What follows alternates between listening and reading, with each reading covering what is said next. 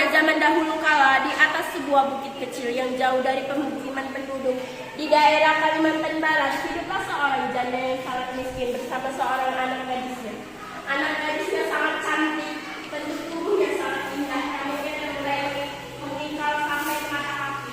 Poni rambutnya tersisir rapi dan menyentuh halus batu cendana, namun sayangnya ia bersikap yang buruk. Gadis itu amat pemalas, tak pernah membantu ibunya melakukan pekerjaan-pekerjaan rumah. Kerjaannya bersolek setiap hari. Selain pemalas, anak gadis itu sikapnya manja sekali. Segala permintaannya harus dituruti.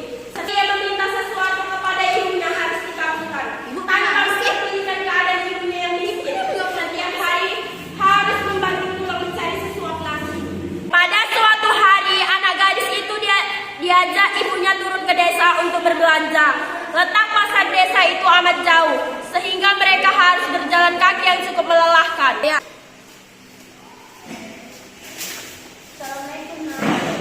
Waalaikumsalam. Ibu dari mana aja sih? Sampai sore kayak gini baru pulang. Ibu baru pulang dari kali. Alasan aja aku tuh udah lapar, Bu. Aku tuh pengen beli baju di pasar. Ya, ibu sekarang ingin mengajaknya pergi ke pasar. Baiklah kalau begitu. Anak gadis itu berjalan melenggang dengan memakai pakaian yang bagus dan bersolek agar orang di jalan yang melihatnya nanti akan mengagumi kecantikannya. Hai adik cantik. Ya, hai gadis cantik.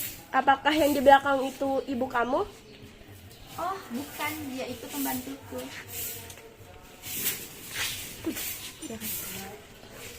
Sementara ibunya berjalan di belakang sambil membawa keranjang dengan pakaian sangat dekil.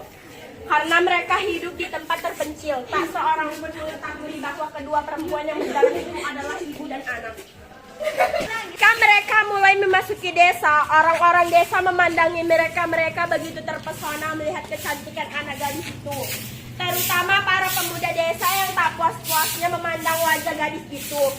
Namun ketika melihat orang yang berjalan di belakang gadis itu, sungguh kontras keadaannya. Hal itu membuat orang bertanya-tanya.